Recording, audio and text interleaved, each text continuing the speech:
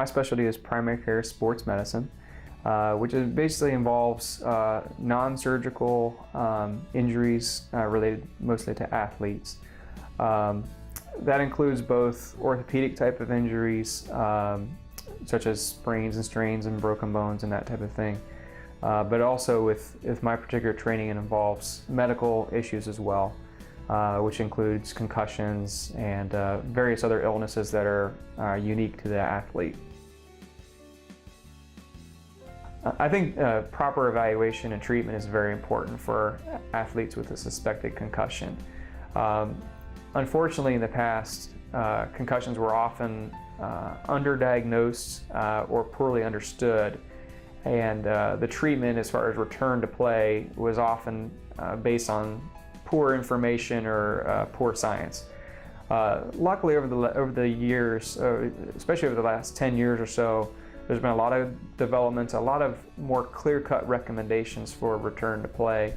And so I think it's important, that someone that is as far as a medical professional, that they understand the nuances and the current standards as far as return to play, and it makes a big help for the athletes.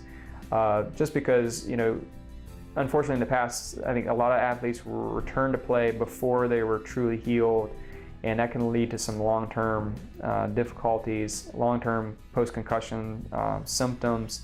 And as we've seen at least from some discussion from some of the former NFL players, for instance, there may be some long-term symptoms attributed to the concussions, including depression and mood disturbances and such.